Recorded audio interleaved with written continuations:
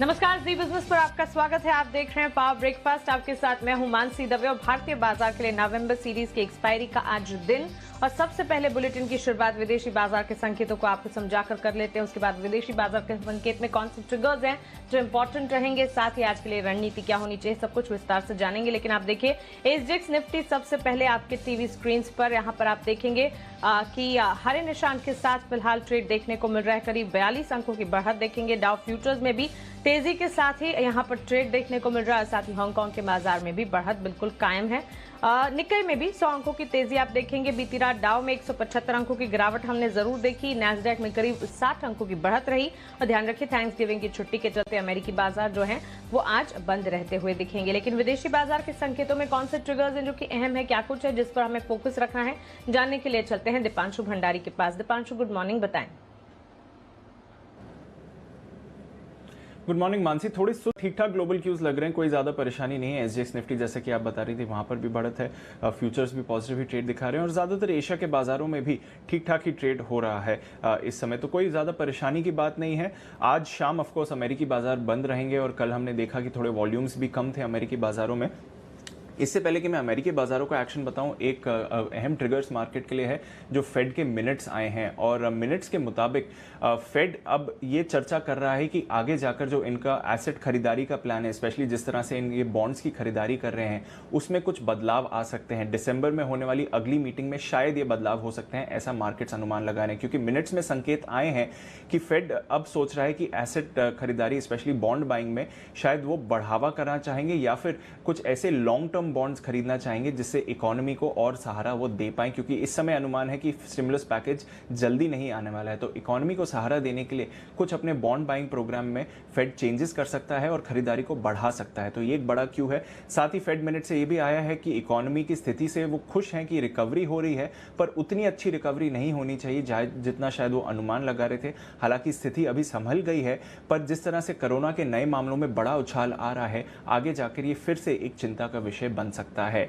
अमेरिकी बाजारों के एक्शन की बात करें तो कल शाम हमने देखा कि रिकॉर्ड स्तरों से थोड़ी मुनाफा वसूली हुई। एकदम सीमित दायरे में कारोबार हुआ। डाउ पर लगभग 250 अंकों के रेंज में ही कारोबार हुआ, लगभग 250 अंक फिसलकर डाउ बंद हुआ।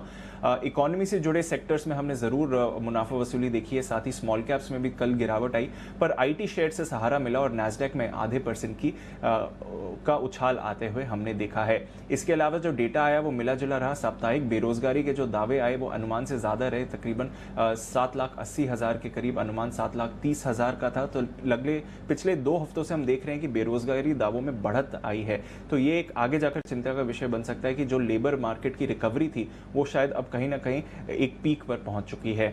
इसके अलावा अगर आप देखें तो यूरोप के बाजार यहां पर भी सुस्ती रही, पर मिली जुली चाल ही रही।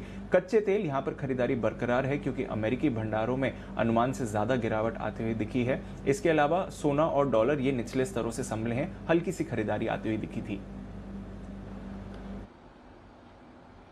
चलिए, तो बिल्कुल विदेशी बाजार के संकेत फिलहाल एशियाई बाजार की शुरुआत अच्छी होती हुई आप देखेंगे और साथ ही बीती रात अमेरिकी बाजार की अगर बात करें मिले जुले संकेत वहां से आते हुए दिखे। जान लेते हैं कि कल के कारोबारी सत्र में संस्थागत निवेशकों ने क्या किया। एफआईआईज ने कैश मार्केट में कल 24 करोड़ की खरीदारी की है, वहीं डीआईएज ने कैश मार्केट में 1840 करोड़ की बिकवाली की है और वायदा बाजार में एफआईआईज की तरफ से 613 करोड़ की बिकवाली के आंकड़े आते हुए दिखे हैं। तो महज कैश मार्केट में एफआईआईज की 24 करोड़ की खरीदारी, इसके अलावा एफआईआईज वायदा बाजार में कर रहे हैं बिकवाली और डीआईएज की कैश मार्केट में बिकवाली के आंकड़े आते हुए दिखे हैं। सीधा रुख करते हैं हमारे स्पेशल सेगमेंट का, जहां हम रोज बात करते हैं जी बिजनेस के मैनेजिंग एडिटर अनिल सिंघवी से।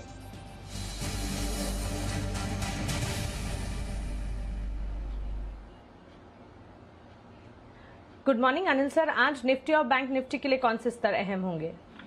Good morning Mansi. देखिए, कल की भारी उतार चढ़ाव और गिरावट के बाद आज संकेत थोड़े से बेहतर है। हालांकि अमेरिका में कमजोरी भले ही रही हो, लेकिन कोई खास ऐसी दिक्कत वाली बात नहीं है और एक्सपायरी के ठीक पहले थोड़ा उतार चढ़ाव आना लाजमी है, स्पेशली जब बाजार कुछ अहम लेवल्स के पार निकलकर टिकते हुए नजर आए और वहां ट्रेड करते हुए दिखे, तो थोड़ी प्रॉफिट बुकिंग हुई है और उस लिहाज से मुझे लगता है कि निचले स्तरों पर बाजार में सपोर्ट भी रहेगा। लेकिन क्योंकि आज मंथली एक्सपायरी है, डेटा काफी ज्यादा है, तो आपको दोनों तरफ ट्रेडिंग के मौके मिलेंगे और उस लिहाज से आपको अपनी स्ट्रेटेजी बनानी चाहिए। मुझे लगता है कि निफ्टी पर 12,750, 12,825 सपोर्ट के तौर पर काम करेगा और किसी भी सिनेरियो में ऐसा नहीं लग रहा है कि 12,700 के नीचे निफ्टी जाने को तैयार है। तो ये अहम सपोर्ट लेवल है आपके लिए निफ्टी के लिए आज से। ऊपरी स्तरों पर 12,925, 12,975 पहले रुकावट का लेवल है, क्योंकि 13,000 के आसपास जिस तरह से पोजीशन बनी है थोड़ा सा उसे पार करना मुश्किल होगा। लेकिन अगर 13,000 के पार करके निकले तो फिर 13,075, 13,125 की रेंज भी आपको आती हुई दिख सकती है, लेकिन उसकी संभावना कम है। तो ज्यादा संभावना है कि आप 12,925, 12,950 की रेंज में एक्सपायरी होते हुए देख सकते हैं, तो वो भी एक अच्छी एक्सपायरी होगी, इसमें कोई डाउट नहीं। जहां तक बैंक निफ्टी का सवाल है, तुरंत 28,725, 28,850 ये 125 पॉइंट की रेंज आपके लिए मजबूत सपोर्ट के तौर पर काम करेगी, और उसके ठीक नीचे 28,500 पर बहुत ही स्ट्रॉन्ग सपोर्ट है, और वहां से सपोर्ट लेकर बैंक निफ्टी भी रिकवर करना चाहिए। ऊपरी स्तरों पर 29,400, 29,600 हल्की रुकावट का लेवल है, और उसके पार निकले तो फिर आप 29,850, 30,000 तक भी बैंक निफ्टी को जाते देख सकते हैं। तो फिलहाल छोटी रेंज के लिए आज से 29,400, 29,600 पर आपको फोकस करना चाहिए। बिल्कुल अनिल सर, शुक्रिया ये तमाम जानकारी के लिए, हमारे साथ जुड़ने के लिए। तो मंथली एक्सपायरी का दिन है, दोनों तरफ के मौके मिलते हुए दिखेंगे। ट्रेडिंग रेंज की अगर बात करें निफ्टी में, सबसे पहले देखिए 12,750 से 12,825 के दायरे को सपोर्ट जोन्स के तौर पर आप मानकर चलें। 12,925 से 12,975 ऊपरी रेंज होगी। 13,000 के पार जाने की संभावना यहाँ पर कम, लेकिन अगर 13,000 के पार जाता है तो फिर 13,125 के लेवल्स भी देखने को मिल सकते हैं। इसके अलावा बैंक निफ्टी की अगर बात करें 28,725 से 28,850 मजबूत सपोर्ट्स का काम करेंगे।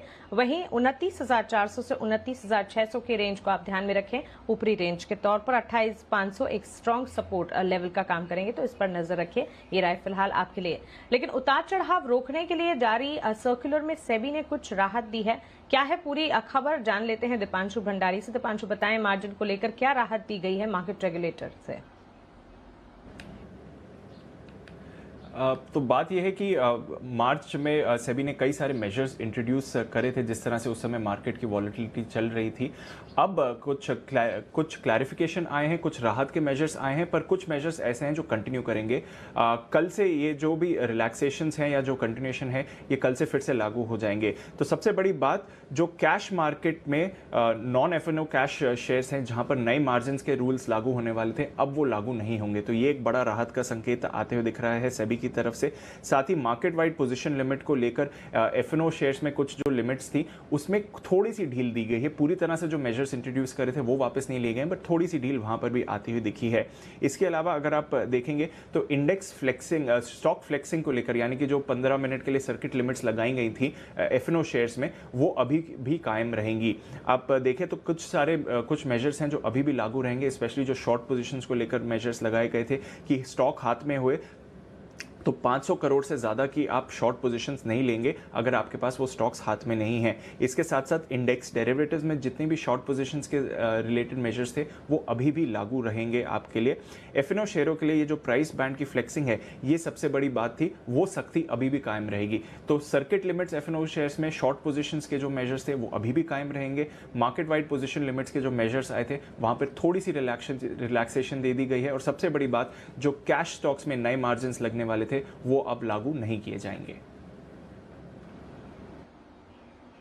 बिल्कुल दीपांशु, शुक्रिया ये सारी जानकारी विस्तार से हमें बताने के लिए। तो आप उतार चढ़ाव रोकने के लिए जो जारी सर्कुलर था उसमें सेबी ने जो राहत दी है, उसमें कौन से इंपॉर्टेंट क्लैरिफिकेशन है वो विस्तार से यहाँ पर हमने जाने। लेकिन चलिए अब वक्त है खबरों वाले शेयर्स जानने का। बताने के लिए हमारे साथ पूजा त्रिपाठी जुड़ गई हैं। पूजा, गुड मॉर्निंग, बताएं। गुड मॉर्निंग मानसी, शुरुआत का ट्रिगर से कर लेते हैं। आज एलआईसी में सरकार की हिस्सेदारी कम करने के मुद्दे पर प्री बिड मीटिंग होगी। 8 दिसंबर बिड जमा करने की आखिरी तारीख है। ट्यूब इन्वेस्टमेंट पर भी नजर रखिए। आज बोर्ड की बैठक होगी जिसमें की इक्विटी कंपनी फंड जुटाने पर कुछ फैसला ले सकती है। रेलटेल कॉर्पोरेशन इंडिया का आईपीओ आने की बात की जा रही है, जिसके की प्राइस बैंड की आज घोषणा हो सकती है। और आरबीआई गवर्नर की स्पीच भी होगी। आज फेडाई का एनुअल डे प्रोग्राम भी है, 11:30 बजे ये स्पीच होगी। तो क्या कुछ इंपॉर्टेंट बयान यहाँ पर निकल कर आते हैं गवर्नर की तरफ से, ये भी काफी अहम होगा देखना। कुछ खबरों पर नजर डालें तो आज सीमेंस ने अपने नतीजे कल मार्केट आज के बाद घोषित किए थे। नतीजे जो हम अनुमान कर रहे थे उससे बेहतर ही है। आय में 9% की गिरावट दर्ज हुई है। मुनाफा में 1.2% की गिरावट इस बार देखने को मिली है। मार्जिन के फ्रंट पर नंबर स्टेबल नजर आ रहे हैं। इसके अलावा कंपनी ने 7 रुपए प्रति शेयर के डिविडेंड का भी ऐलान किया है। इंडसइंड रैंड ओएसएस का एक अपडेट भी आपको दे देते हैं। कंपनी की जो रिटेल कैटेगरी है उसको करीब 13 गुना सब्सक्रिप्शन यहाँ पर देखने को मिला। लक्ष्मी विलास बैंक से जुड़ा भी एक अपडेट आपके लिए। आज से लक्ष्मी विलास बैंक के शेयर ट्रेडिंग के लिए उपलब्ध नहीं होंगे एनएससी और बीएसई दोनों ही एक्सचेंजेस पर। और 27 नवंबर यानी कि कल से लक्ष्मी विलास बैंक के ब्रांचों को डीबीएस बैंक अब ऑपरेट करेगी और लक्ष्मी विलास बैंक से रकम निकासी की जो भी लिमिट थी वो भी अब हटा दी गई है। ये भी एक इंफॉर्मेशन ग्राहकों के लिए। तो लक्ष्मी विलास बैंक पर आज फोकस रहेगा। लॉरस लैब्स पर भी नजर रखें। रिचको लाइफ साइंसेज में करीब 72% हिस्सेदारी खरीदेगी और ये जो डील है ये 247 करोड़ रुपए में होने का अनुमान बताया जा रहा है। इसके साथ कंपनी बायोलॉजिक्स और बायोटेक्नोलॉजी सेगमेंट में भी एंट्री लेगी। यूनियन बैंक पर भी नजर रखिए। 30 दिसंबर को शेयरधारकों के साथ बैठक होगी जिसमें कि कंपनी एफपीओ, राइट्स इशू या क्यूआईपी पर चर्चा कर सकती है और इसके जरिए 6,500 करोड़ रुपए जुटाने की योजना है बैंक की। गोदरेज प्रॉपर्टीज और खासकर पूर्वांकरा भी आज फोकस में रहेगा। यहाँ खबर आ रही है कि गोदरेज ग्रुप की जो सब्सिडरी है गोदरेज फंड वो पूर्वांकरा के कुछ करीब 1 मिलियन स्क्वायर फीट की कमर्शियल प्रॉपर्टी खरीद सकती है। 1200 करोड़ में ये डील पूरी होने का अनुमान है। पीएनजी और जिलेट इंडिया आज इन दोनों स्टॉक्स पर भी नजर रखिए क्योंकि जीएसटी अथॉरिटी ने दोनों ही कंपनियों पर टैक्स बेनिफिट ग्राहकों को ना देने का आरोप लगाया है और कुल करीब 241 करोड़ का फायदा इन दोनों कंपनियों को बताया जा रहा है। ये जो टैक्स बेनिफिट इन्होंने ट्रांसफर नहीं किया है। तो इस खबर के चलते भी थोड़ा बहुत रिएक्शन आज इन दोनों स्टॉक्स में भी देखने की होगी। बिजनेस के खास शो बाजार आज और कल में एचडीएफसी सिक्योरिटीज के वीके शर्मा ने ऑप्शन की दमदार रणनीति सुझाई है। आइए वो देख लेते हैं। मैं समझता हूं कि अभी माहौल ऐसा है कि यहाँ पे जबरदस्त कमाई हो भी सकती है और नहीं भी हो सकती है। सीधी और साफ बात करना आवश्यक है। मार्केट डाउन था, सेंटिमेंट नीचे था, तो ऐसे वक्त में तेजी की बात करना थोड़ा सा मुश्किल रहेगा, डेटा से बैक नहीं कर पाएंगे। तो यहाँ पे मंदी की बात करते हैं। जो ऑप्शन है मेरे, एक तो है आपका इंडिगो, वहां पे आप 1600 का पुट ले सकते हैं, नवंबर का पुट, दोनों ही पुट ले सकते हैं 17.50 रुपए पे, 10 रुपए का स्टॉप लॉस, टारगेट रहेगा 35 रुपए। और दूसरा बालकृष्ण इंडस्ट्रीज 1600 का ही वही स्ट्राइक प्राइस है, पुट ले 9 रुपए पे, स्टॉप लॉस 4 रुपए का रखें और टारगेट रहेगा आपका 20 रुपए।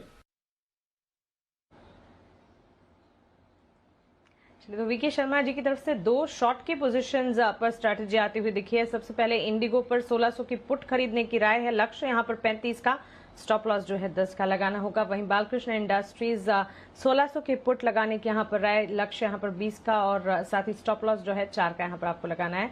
हर रोज शाम 7:30 बजे हम हमारी एक खास पेशकश बाजार आज और कल आपके लिए लेकर आते हैं। कमाई की एक जबरदस्त स्ट्रैटेजी आपके लिए यहाँ पर ऑप्शंस के दमदार ट्रेड आपको बताते हैं और साथ ही खबरों के चलते पूरे दिन में कहां पर एक्शन देखने को मिला वो सब कुछ आपको बताते हैं। तो कमाना है मुनाफा तो हमारी खास पेशकश हर रोज शाम 7:30 बजे देखना आप बिल्कुल ना भूलें।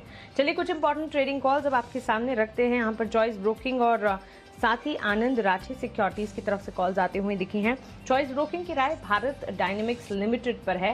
ध्यान रखिए कल के सत्र में मजबूत एक्शन के साथ स्टॉक में हमने ट्रेड देखा है। करीब 3% की बढ़त के साथ स्टॉक ने क्लोजिंग दिखाई। पूरे ट्रेडिंग सेशन के दरमियान अच्छी बढ़त के साथ स्टॉक ने एक्शन देखा। वहीं आज की अगर बात करें तेजी और ज्यादा कायम रहने की पूरी गुंजाइश है। बीडीएल भारत डायनेमिक्स पर खरीदारी कीजिएगा। 349 का टारगेट ध्यान में रखें।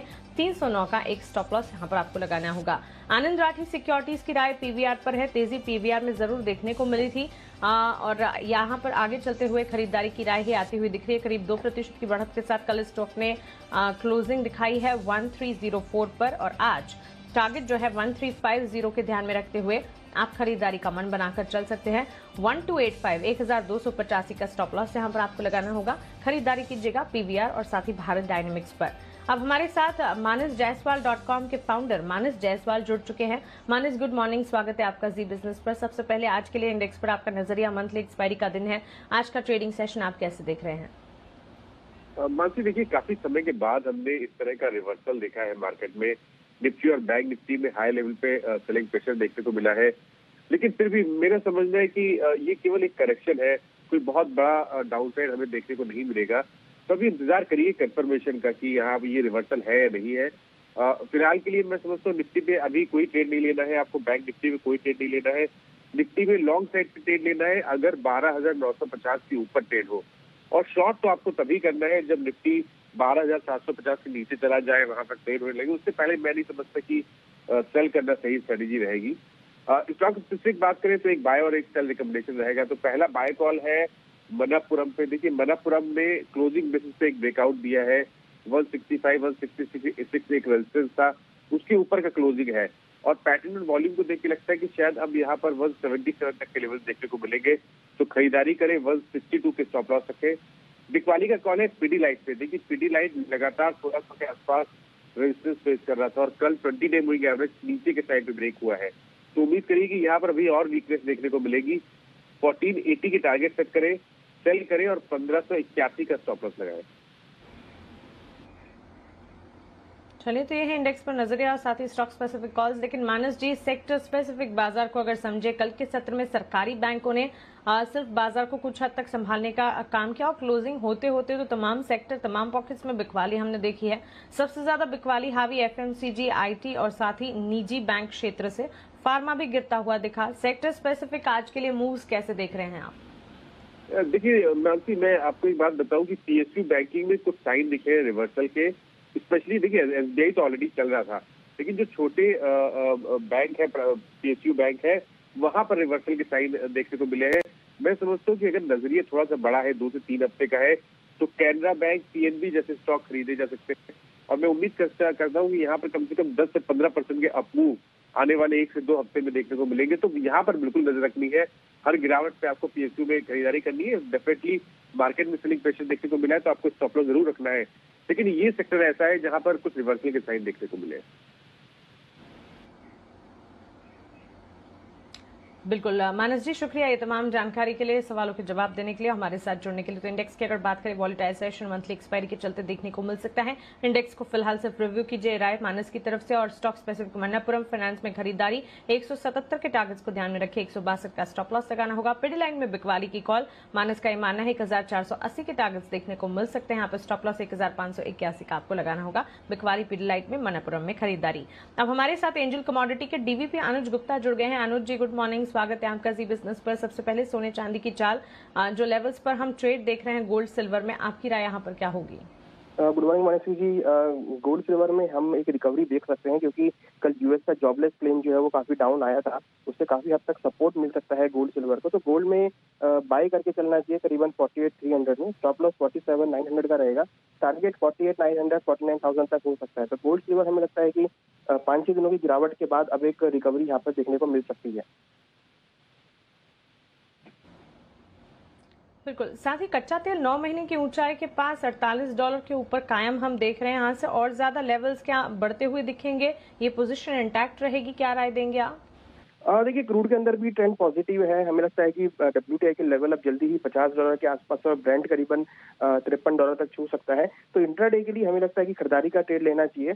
एमसीएक्स में करीबन 3350 के आसपास बाय करें। स्टॉप लॉस 3290 का रहेगा। टारगेट करीबन 3450 3500 तक हो सकता है। बिल्कुल, साथ ही अनुज, मैं जानना चाहूंगी नेचुरल गैस पर भी एनर्जी पैक में करंट लेवल्स को देखते हुए आप क्या राय देंगे? देखिए नेचुरल गैस में भी ट्रेंड पॉजिटिव है, क्योंकि आगे विंटर सीजन की डिमांड रहेगी और जिस तरह क्रूड को सपोर्ट मिला है वैसे ही नेचुरल गैस को भी यहाँ पे सपोर्ट मिल सकता है। तो नेचुरल गैस के अंदर भी हमें लगता है खरीदारी करके चलना चाहिए। जल्दी ही वहाँ पर 220-225 तक के लेवल देखे जा सकते हैं। तो नेचुरल गैस में भी करंट रेट से खरीदारी का ट्रेड लेना चाहिए। 205 का स्टॉप लॉस लगाएं, 220-225 का टारगेट देखने को मिल सकता है। बिल्कुल अनुज जी, काफी उतार चढ़ाव के बीच बेस मेटल्स की चाल पिछले दिनों रही, लेकिन कॉपर जो है लगातार एक्शन दिखा रहा था। कल के सत्र की अगर बात करें, तमाम बेस मेटल्स में लाल निशान के साथ बिकवाली का दबाव रहा। एल्यूमिनियम, लेड, जिंक, निकल, कॉपर में, और सबसे ज्यादा गिरावट जो है वो हावी होती हुई दिखी निकल की तरफ से, और उसके ठीक बाद एल्यूमिनियम में भी बिकवाली का दबाव जो है ज्यादा बढ़ता दिखा। आपकी राय बेस मेटल्स पर क्या होगी? देखिए बेस मेटल में देखें तो कोरोना वायरस की वजह से जो माइंस है वो ओपन हो सकती हैं। तो मुझे लगता है कि यहाँ पे जो बेस मेटल का प्रोडक्शन है वो बढ़ता हुआ दिखाई देगा।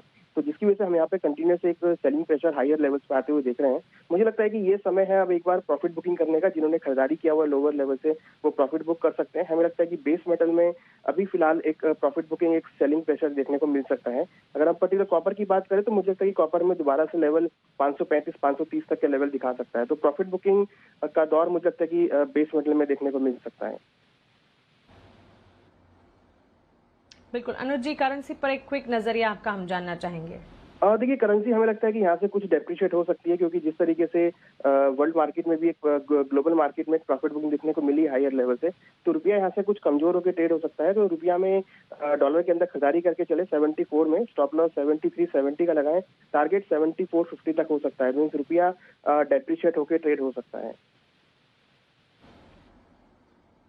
बिल्कुल अनुज जी, शुक्रिया विस्तार से कमोडिटी बाजार से जुड़े अपडेट्स हमें बताने के लिए, आपकी स्ट्रैटेजी भी हमारे साथ शेयर करने के लिए।